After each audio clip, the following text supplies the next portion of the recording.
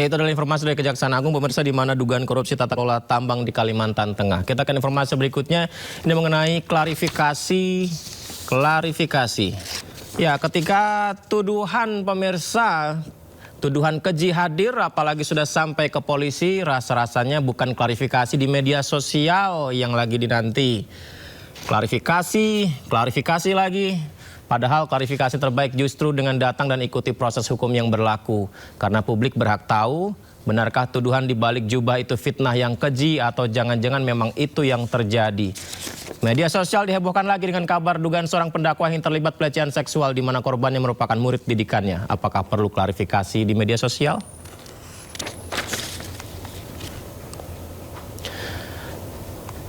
Syekh Ahmad Al-Misri menjadi sorotan di media sosial perihal dugaan pelecehan terhadap 5 santri laki-laki. Pendakwah ini pun dilaporkan ke polisi terkait kasus dugaan pelecehan seksual. Kasus terungkap dari salah satu korban yang melapor ada beberapa santri yang mengalami dugaan pelecehan.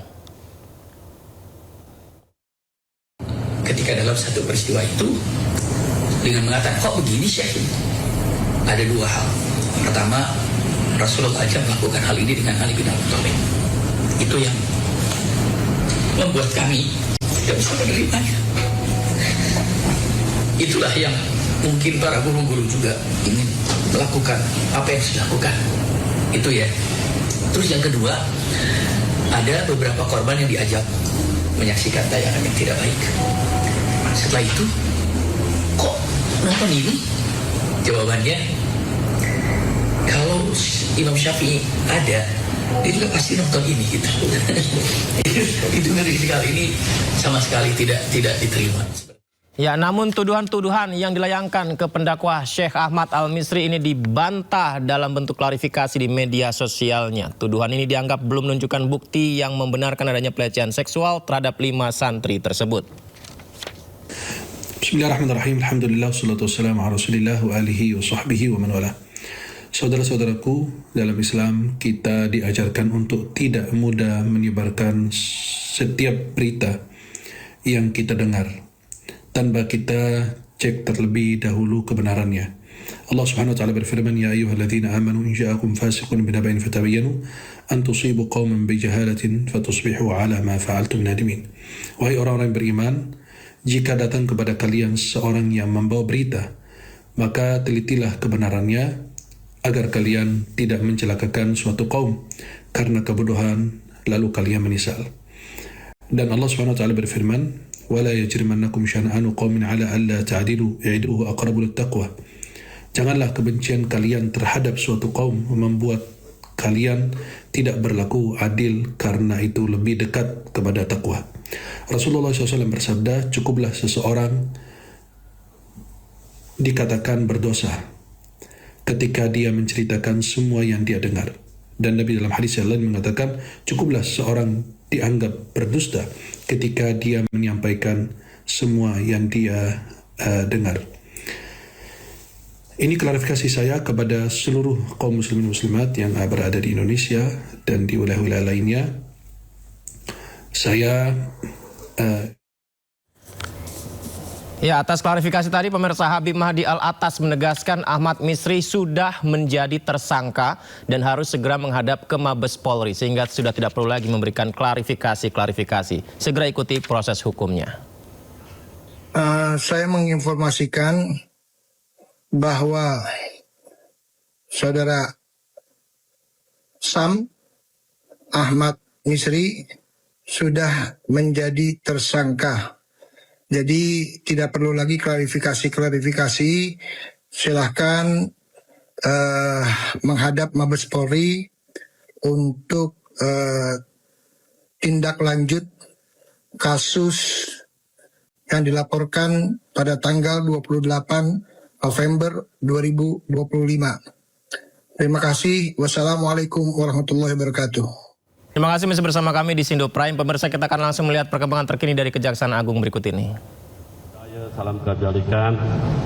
Yang terhormat Pak Dirdik beserta jajaran, juga dari bidang Penkum, serta rekan-rekan media yang saya hormati, terima kasih atas kedatangan dan setia menunggu.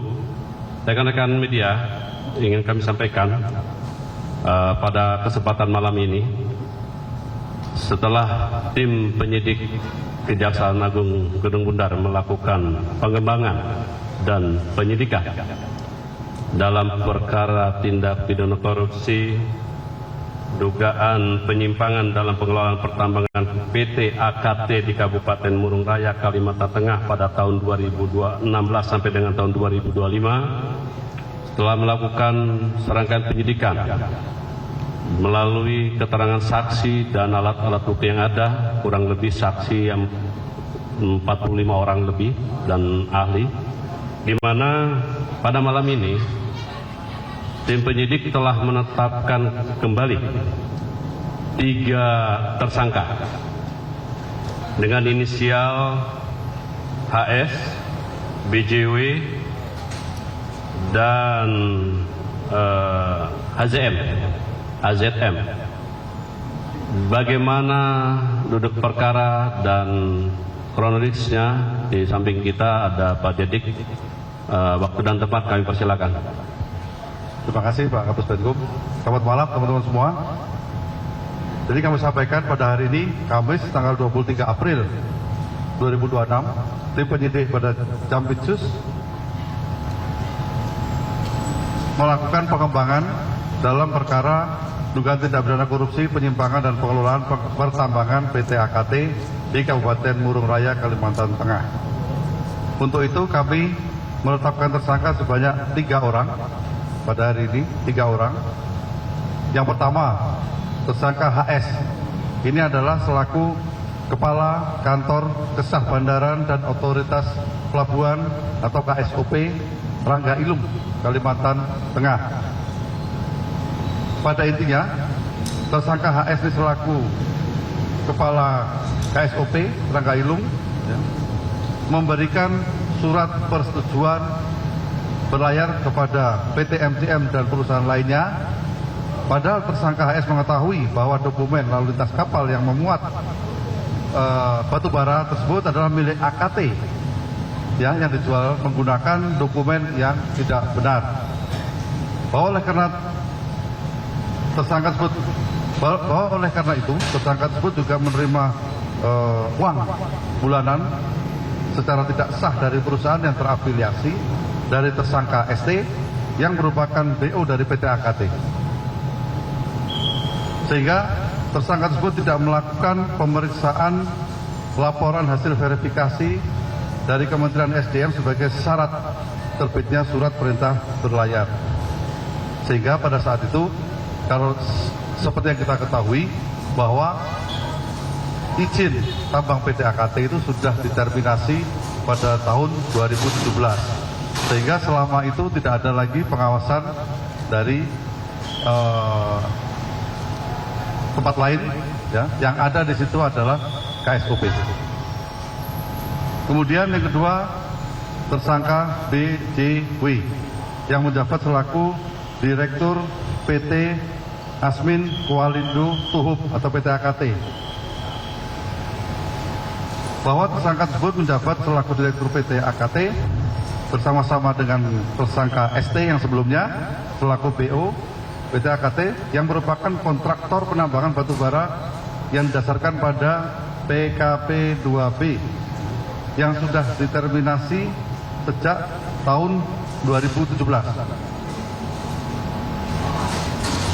Bahwa tanpa adanya pengawasan dari pihak SDM tersebut, KSOP Rangga Ilung, tersangka BGS tersebut, bersama-sama dengan saudara atau tersangka ST, sampai dengan tahun 2025, melalui PT AKT dan afiliasinya yaitu PT PPP sebagai kontraktor tambang, menggunakan dokumen beberapa perusahaan lain, ya, tanpa memiliki izin secara melawan hukum melakukan penambangan batu bara dan melakukan ekspor.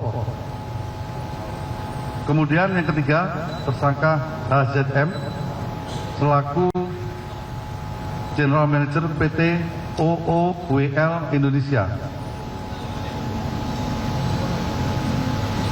Tersangka tersebut selaku GM bergerak di bidang kelautan dan kargo bersama-sama dengan tersangka ST beserta perusahaan afiliasinya dalam hal pembuatan dokumen Certificate of Analysis atau COA hasil uji laboratorium batubara yang bersumber dari tambang wilayah PKP 2B PT AKT yang telah diterminasi. Bahwa tersangka HZM tersebut memiliki tugas untuk melakukan pengecekan, jadi ini sebagai superior ya, melakukan pengecekan dan membuat dokumen hasil verifikasi atau LHP hasil tambang guna diajukan sebagai persyaratan untuk penerbitan surat perintah berlayar dari Otoritas Gesah Bandaran atau KSOB dan pembayaran royalti batubara. Yang mana dengan demikian meloloskan hasil tambang dari PT AKT tersebut yang telah diterminasi dengan cara membuat laporan hasil verifikasi yang tidak sesuai dengan sebenarnya dan mencantumkan asal usul barang dengan nama perusahaan lain. Bahwa para tersangka tersebut disangka melanggar pasal 603 dan subsidiar 604 sama seperti yang lain. Dan para tersangka tersebut saat ini dilakukan penahanan rutan selama 20 hari ke depan di rutan kelas 1 Cipinang. Dan perlu saya sampaikan bahwa pada hari ini kami melakukan pemanggilan secara paksa terhadap saksi yang kemudian kami tetapkan tersangka, yaitu tersangka HZM selaku GM PT Awal Indonesia karena yang bersangkutan tidak kooperatif dan sudah 2 kali tidak memenuhi panggilan dari jaksa. Saya rasa itu saya sampaikan. Terima kasih. Wassalamualaikum warahmatullahi wabarakatuh. Demikian penyampaian dari Pak Dirdik. Mungkin kami kasih kesempatan 3 pertanyaan dulu. Silakan rekan-rekan yang ingin bertanya. Pak siapa?